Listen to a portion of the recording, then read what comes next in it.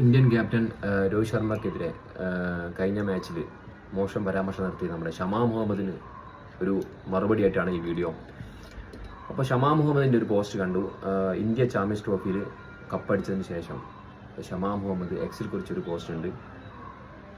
Well done captain, അപ്പോൾ Rohit Sharma Hitman എന്നൊക്കെ പറഞ്ഞിട്ട് ഒരു പോസ്റ്റർ കണ്ടു. അപ്പോൾ അതിൻ്റെ ഒരു മറുപടിയായിട്ടാണ് ഞാൻ ഈ വീഡിയോ ചെയ്തിരിക്കുന്നത്. കാരണം ഞാനൊരു സ്പോർട്സ് പ്രേമിയാണ്. നമ്മൾ ഒരു വ്യക്തി ആരോ ആയിക്കോട്ടെ, അപ്പോൾ നമ്മളൊരു പരാമർശം നടത്തുമ്പോൾ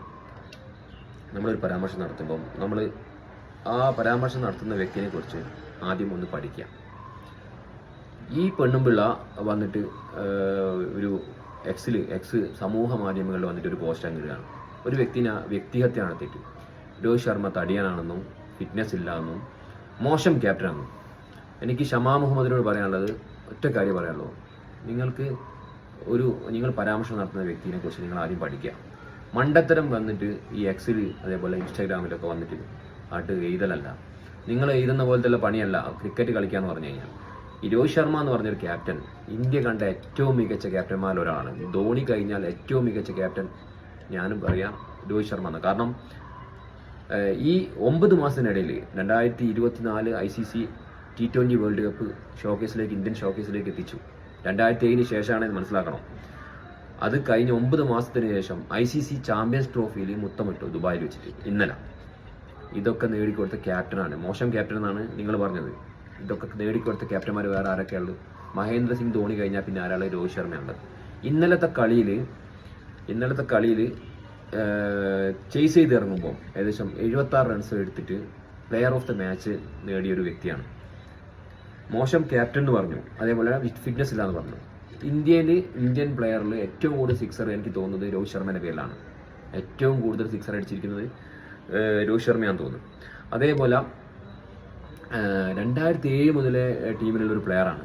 ഏകദേശം 18ഓളം വർഷം ക്രിക്കറ്റ് കളിച്ചുകൊണ്ടിരിക്കുന്ന ഒരു വ്യക്തിയാണ്. ഒരു വ്യക്തിക്ക് ഫിറ്റ്നസ് ഇല്ലെങ്കിൽ ഇത്രയും കാലം ക്രിക്കറ്റ് കളിക്കാൻ കഴിയുമോ? ഇത്രയും കൂടുതൽ സിക്സർ അടിക്കാൻ കഴിയുമോ? നിങ്ങളൊക്കെ ഒന്ന് ഗ്രൗണ്ടിൽ ഇറങ്ങി നോക്കണം. ഈ 10 പുഷപ്പ് എടുക്കുന്നോ അല്ലെങ്കിൽ 20 പുഷപ്പ് എടുക്കുന്ന പോലെയല്ല ക്രിക്കറ്റ് കളിക്കാൻ പറഞ്ഞാൽ. ഒരു വെയിലത്ത് 50 ഓവർ മാച്ചിലും അതേപോലെ 90 ഓവർ ടെസ്റ്റ് ക്രിക്കറ്റിലും ഒക്കെ ഫീൽഡ് ചെയ്യാന്നൊക്കെ പറഞ്ഞാണ്ടല്ലോ, അത് ബുദ്ധിമുട്ടുള്ള കാര്യം. നിങ്ങളെപ്പോലെ സമൂഹ മാധ്യമങ്ങൾ വന്നിട്ട് എന്താ പറയുക, എന്തെങ്കിലും എഴുതി വിടലല്ല. എന്നിട്ട് ഇന്നലെ അഭിനന്ദിച്ചേക്ക്. അപ്പോൾ കഴിഞ്ഞ ഒരു പോസ്റ്റിൽ രോഹിത് ശർമ്മ തടിയനും അതേപോലെ ഫിറ്റ്നസ് ഇല്ലാത്ത ആളും പിന്നെ മോശം ക്യാപ്റ്റൻ എന്ന് പറഞ്ഞതിന് ഷമാ മുഹമ്മദ് എയറിലായിരുന്നു. ഇപ്പം നാസറിന്റെ മറ്റേ സുനിത വില്യംസ് ഒക്കെ എയറിൽ പോകുന്ന പോലെ എയറിലായിരുന്നു. എയറിൽ കൂടി താഴത്ത് കുറച്ച് ഇറങ്ങിയിട്ടുള്ളൂ. അപ്പം ഇന്നലെ കപ്പ് കിട്ടിയത് കൊണ്ട് എന്താണ് ഒരു വെൽഡൺ ക്യാപ്റ്റൻ പറഞ്ഞൊരു നല്ലൊരു പരാമർശം നടത്തിയിട്ടുണ്ട്. നിങ്ങൾക്കൊക്കെ എത്ര വാക്കാണ് നിങ്ങളുള്ളത്? നിങ്ങൾ ഒരു വ്യക്തിനെ മോശമായിട്ട് അധിക്ഷേപിച്ചിട്ട് സമൂഹ മാധ്യമത്തിൽ അയാളെ മാക്സിമം നിങ്ങൾ തരം താത്തിയിട്ട് നിങ്ങൾ വന്നിട്ട് ഇപ്പോൾ ഒരു പോസ്റ്റ് വന്ന് നല്ലൊരു കപ്പടിച്ചപ്പം നിങ്ങൾ അതിനെക്കുറിച്ച് എന്താ പറയുക പൊക്കിയിട്ട് പറയുക. ഈ കോൺഗ്രസ് പ്രവർത്തകർ ശ്രദ്ധിക്കേണ്ട കാര്യം, ഇങ്ങനത്തെ ഉള്ള ആൾക്കാരൊക്കെ ഈ പാർട്ടിയിൽ കൊണ്ടുവെക്കുന്നത് നിങ്ങളൊക്കെ നമിച്ചു. കാരണം ഒരു വ്യക്തിനെ നമ്മൾ പരാമർശം നടത്തുമ്പോൾ ആ വ്യക്തിൻ്റെ കഴിവ്, അദ്ദേഹം എന്താണ്, അദ്ദേഹത്തിൻ്റെ കാലിബർ എന്താണെന്നൊക്കെ പഠിച്ചിട്ട് ഞാൻ ഒരാളെ പറ്റി മോശമായിട്ട് പറയുകയാണെങ്കിൽ ആ വ്യക്തിയുടെ ഡീമെറിറ്റ് നന്നായിട്ട് പഠിച്ചിട്ടാണ് ഞാൻ പറയാം. അപ്പോൾ ഷമാ മുഹമ്മദ് ഇന്ന് എയറിൽ നിന്ന് ഇറങ്ങാൻ വേണ്ടിയിട്ടാണ് പുള്ളിക്കാരത്തി ഇന്ന് പോസ്റ്റർ ഇട്ടത്. പക്ഷേ തിരിച്ച് വീണ്ടും എയറിലേക്ക് തന്നെ പോയിട്ടുണ്ട്. ഓക്കെ, അപ്പം ഷമാ മുഹമ്മദിനുള്ള മറുപടിയാണ്. അപ്പോൾ ദയവ് ചെയ്ത് നിങ്ങൾ വാ തുറക്കാതിരിക്കുക. നിങ്ങൾ മണ്ടത്തരം നിങ്ങൾ കോൺഗ്രസിൻ്റെ ഓഫീസിലും അവിടെയും ഇവിടെയും പോയിട്ട് പറയാം.